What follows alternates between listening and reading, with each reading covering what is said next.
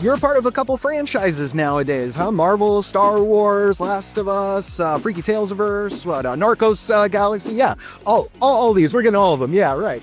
How does a Star Wars set compare versus any other project? The series alone had some of the most incredible sets that I'd ever seen in my life. And the way that they top that in the movie is not anything I thought was possible.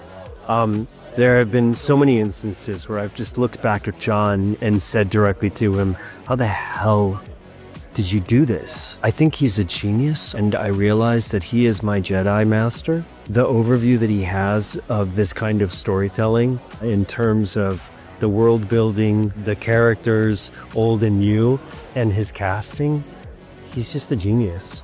And so the sets match that standard completely. Amazing. I can't wait to see. I mean, the AT-AT set already is mind-blowing, so.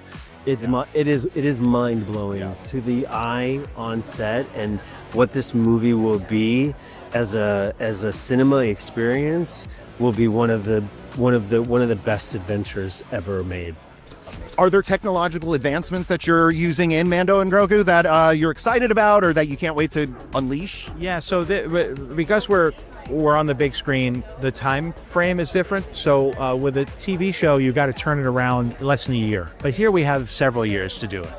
And so that allowed us to build bigger sets, allowed us to use all different combinations of technologies. We use the volume. Sometimes the volume works really well. Sometimes you want to be in a real environment. Sometimes you want to be on a set where the set's all there and big. And we had that opportunity here. And using the best of what Star Wars does, CGI, working with ILM, also animatronics, puppeting. Sometimes it's simple stuff. Sometimes it's brand new, complicated visual effects that are cutting edge. So all of that's acceptable in Star Wars. So we want to draw upon the best of every era of filmmaking. This is the way. What is a Star Wars set like?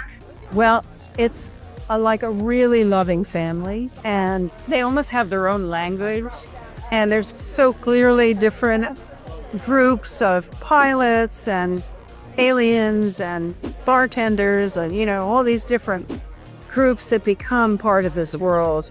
I felt that ours was really an interesting blend of like today with a galaxy far, far away. And so I love that there's a lot of reality to these movies as well as, fantasy. I just feel very honored to be part of it. I didn't expect to join another franchise, and what a cool franchise. It will be 7 years in between Rise of Skywalker and Mando and Grogu. Are we going to see even more of these big screen adventures? And what do you think George would feel about this new era? Oh, I think at Lucasfilm we're very excited about making movies. I think that the pause that we had was an ability to regroup a bit and look at the future and say what would we like to do, what kind of stories we would like to tell, and who's going to tell these stories. And you were kind of right there, right? Oh, I've been there the whole time. I've been there 20 years now. So it's a fun job, but I also think the films ignite things in a way that very other things in media can. They're a big driver. I expect them to really drive interest in everything we're doing. I don't see them as an isolated thing. It's all one big galaxy. So no matter what part of Star Wars you like, you'll come out of the theater excited, and then you'll want to experience more of it. You see the Mando and Grogu movie, you'll probably go back if you haven't seen Mando the series, and you'll watch that. And you might watch Ahsoka because you see she appears in the Mando series. So there are crossovers. You might play the games and see something that relates.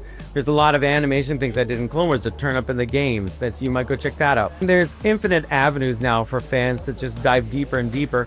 Or if you just want the ride, you watch the movie and you have this great experience, this thrill ride. So but the films are essential. I think that we've waited, and found the right moments and the right creatives. And John obviously has worked with us now for a while.